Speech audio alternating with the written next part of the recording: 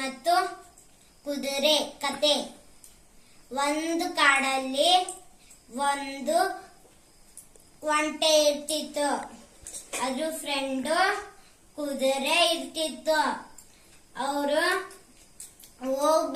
ಹೋಯ್ತಿದ್ದಂಗೆ ರಾತ್ರಿ ಆಗ್ಬಿಡ್ತು. ಆಗ ಅಲ್ಲ ರಾತ್ರಿ ಆಯ್ತು, ಇಲ್ಲ ಮಾಡ್ಕೊಳ್ಳೋದ ಅಂತ ಹೇಳಿದ್ರು. ಬೆಳಗ್ಗೆ ಆದ ನಂತರ ಅವರು ಹೋಯ್ತಿದ್ದಾಗ ಅವಾಗ ಅವ್ರ ಕುದುರೆ ಅಂತೂ ನಮ್ಮಿಬ್ರಲ್ಲಿ ಯಾರು ತುಂಬಾ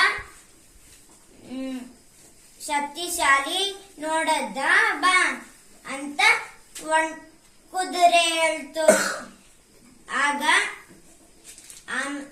ಆಮೇಲೆ ಕುದುರೆ ಹೇಳ್ತು, ನನಗನ್ಸುತ್ತೆ ನಾನು ನೀಗೆ ಹೆಚ್ಚು ಶಕ್ತಿಶಾಲಿ.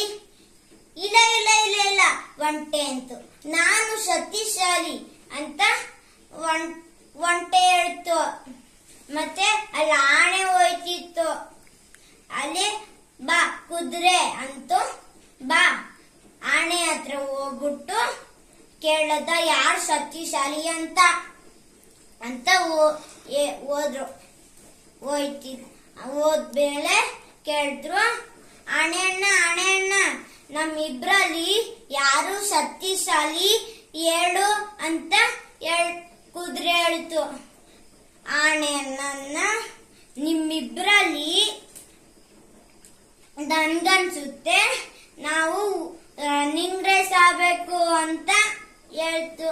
ಆಯ್ತು ನೋಡದ ಕುದುರೆ ಅಂತು, ನಾನೇ ಗೆಲ್ಲದು ಅಂತ ಕುದುರೆ ಹೇಳ್ತು.